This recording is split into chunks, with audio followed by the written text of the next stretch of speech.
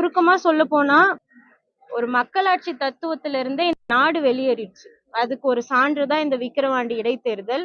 எந்த அளவுக்கு நீங்க வந்து ஒரு ஒரு ஒரு கீழ்நிலையான செயல்கள்லாம் செய்ய முடியும்ன்றத இந்த தேர்தல்ல நீங்க பாத்துக்கலாம். வீதிக்கு வீதி, தெருவுக்கு தெரு டென்ட் போட்டு அங்க மக்கள அடைச்சு வச்சு மற்ற கட்சிகளை வந்து வாக்கு சேகரிக்க விடாம பண்ணது, கஞ்சா பட்டுவாடா பண்ணது, இளைஞர்கள் மத்தியில காணை பகுதியில கஞ்சா பட்டுவாடா பண்ணது, பரிசு பொருட்கள், லட்டுல மூக்குத்திக்கு மறைச்சு கொடுத்தது, இதெல்லாம் வந்து ஒரு ஒரு ஒரு கேவலமா தான் நாங்க பாக்குறோம். இதுக்கெல்லாம் வந்து ஒரே ஒரு தடவை கூட தேர்தல் ஆணையம்னு சொல்லிக்கக்கூடிய ஒரு அமைப்பு ஒரு ஆக்ஷனுமே எடுக்கல. நாங்க எத்தனையோ தடவை சொல்லி பார்த்துட்டோம், இதெல்லாம் நடக்குது, இதெல்லாம் வந்து வெளிப்படையாவே பண்றாங்கன்னா, ஆனா ஒரு தடவை கூட அவங்க நடவடிக்கை எடுத்ததா எங்களுக்கு தெரியல.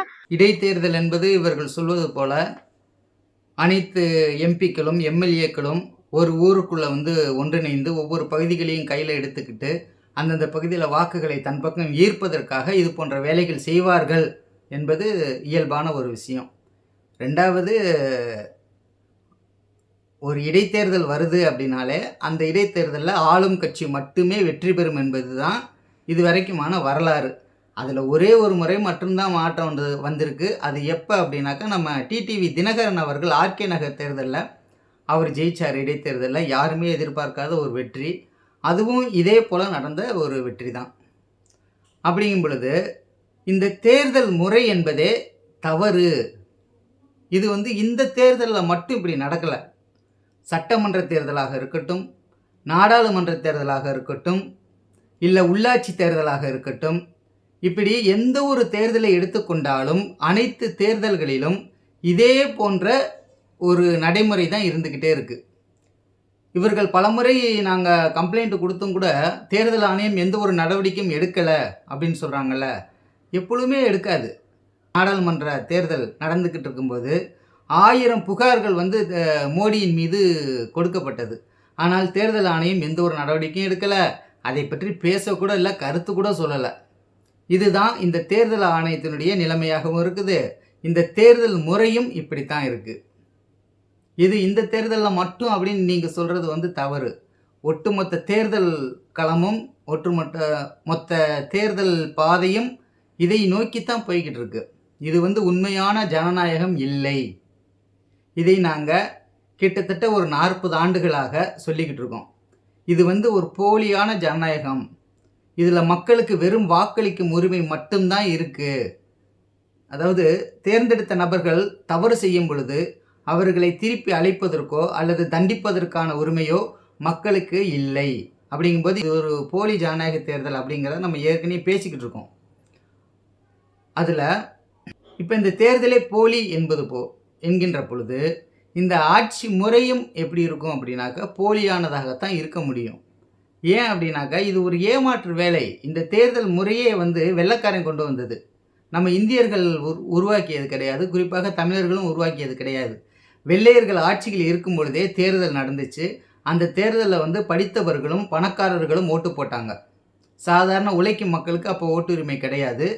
1952களுக்கு பிறகு தான் அனைத்து மக்களுக்குமான வாக்குரிமை என்பது வந்துச்சு. குடியரசு நாடாக நம்ம நாடு மாறும் பொழுது தான் அனைவருக்குமான வாக்குரிமை வந்துச்சு. அப்போ அதற்கு முன்பும் தேர்தல் நடந்துச்சு. அந்த தேர்தல் எதற்காக வெள்ளையர்கள் நடத்தினாங்க அப்படின்னாக்கா, இப்போ நாட்டு மக்கள் மத்தியில் ஒரு பெரும் கொந்தளிப்பு வந்து ஏற்படுது. குறிப்பாக 1857 சிப்பாய் கழகம் சொல்லி ஒன்று உருவாகுது. அந்த சிப்பாய் கழகத்திற்கு பிறகு என்ன ஆயிடுச்சுனாக்கா, நாடு முழுவதும் ஒரு சுதந்திர போராட்ட வேட்கை என்பது பெரிய அளவில் பரவ ஆரம்பிச்சிருச்சு. மக்கள் மத்தியில் ஒரு பேசு பொருளாக ஆயிடுச்சு. ஆங்காங்கே போராட்டங்கள் தொடங்க ஆரம்பிச்சிருச்சு. அப்போ இதையெல்லாம் அடக்கணும் அல்லது மூடி மறைக்கணும் அப்படின்னாக்க நம்ம நாட்டை சேர்ந்தவர்கள் தான் ஆள்றாங்க அப்படிங்கிற ஒரு பிம்பத்தை உருவாக்குவதற்காக ஏற்படுத்தப்பட்டது தான் இந்த தேர்தல் முறை. அதனால தான் இந்த ஜனாதிபதி இருக்கிறாங்க, கவர்னர் இருக்கிறாங்க. இதெல்லாம் எப்படி தெரியுங்களா வந்துச்சு? அவன் அந்த வெள்ளையர்கள் ஏற்படுத்திய அந்த தேர்தல் முறையில் ஆட்சி பார்த்திங்கனாக்கா நம்ம நாட்டுக்காரர்கள்ட்ட இருக்கும். ஆனால் அதிகாரம் பார்த்தோம்னாக்க அந்த ஒரு சில நபர்கள், அதில் வெள்ளையர்கள் தான் இருப்பாங்க. இந்தியா சுதந்திரம் வாங்கினதுக்கு பிறகும் கூட அவர் மவுண்டன் பிரபுவா அப்படிங்கிற ஒரு வெள்ளையர் வந்து எங்கள் நாட்டில் வந்து ஜனாதிபதியாக இருக்கணும் அப்படின்னு சொல்லி இவங்களே கேட்டிருக்கிறாங்க. அதாவது நம்ம காந்தி உள்ளிட்ட நபர்களே அந்த மவுண்டன் பிரபு வந்து இங்கே ஜென்ரலாக இருக்கணும், அவர் இருந்து ஆட்சி எங்களுக்கு வந்து நடத்தணும் அப்படிங்கிற மாதிரிலாம் சொன்னதாக வரலாற்றில் நான் படிச்சிருக்கேன். அந்த வகையில் பார்க்கும் பொழுது இந்த தேர்தல் முறை என்பதே தவறானது. இந்த தேர்தலுக்குள்ளே இருந்துக்கிட்டு நீங்கள் மக்களுக்கு எந்த ஒரு நன்மையும் செய்துவிட முடியாது என்பதைத்தான் நாங்கள் ரொம்ப காலமாக சொல்லிக்கிட்டு இருக்கோம். இதே சீமான் முதல்ல கட்சி தொடங்கும் பொழுது தேர்தல் பாதையை முதலில் அவர் தேர்ந்தெடுக்கவில்லை.